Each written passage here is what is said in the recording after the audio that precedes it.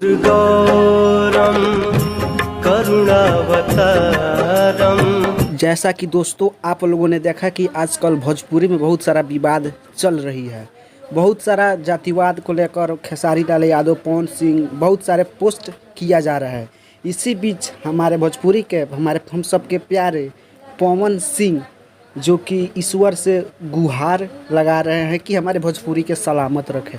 क्योंकि भोजपुरी है तो हम हैं, सारे कलाकार हैं, तो जातिवाद ना फैलाए। आप लोगों को पता होगा कि पवन सिंह कुछ दिन पहले भी अपने सोशल मीडिया की तरफ से ये पोस्ट किए हुए थे कि जातिवाद के आड़ में कोई स्टार गाना ना गाए। तो इसी के बीच रखते हुए पवन सिंह ईश्वर से गुहार लगाए हुए कि हे ईश्वर, हमारे भोजपुरी को हमेशा सलामत रखना। क्योंकि भोजपुरी एक बहुत ही अपना जो देहाती है वो इंडस्ट्री है। तो यदि पसंद आया है तो चैनल को सब्सक्राइब ज़रूर कर लीजिएगा। यदि आप पवन सिंह का फ़ैन है तो चैनल को ज़रूर सब्सक्राइब करिएगा प्लीज़।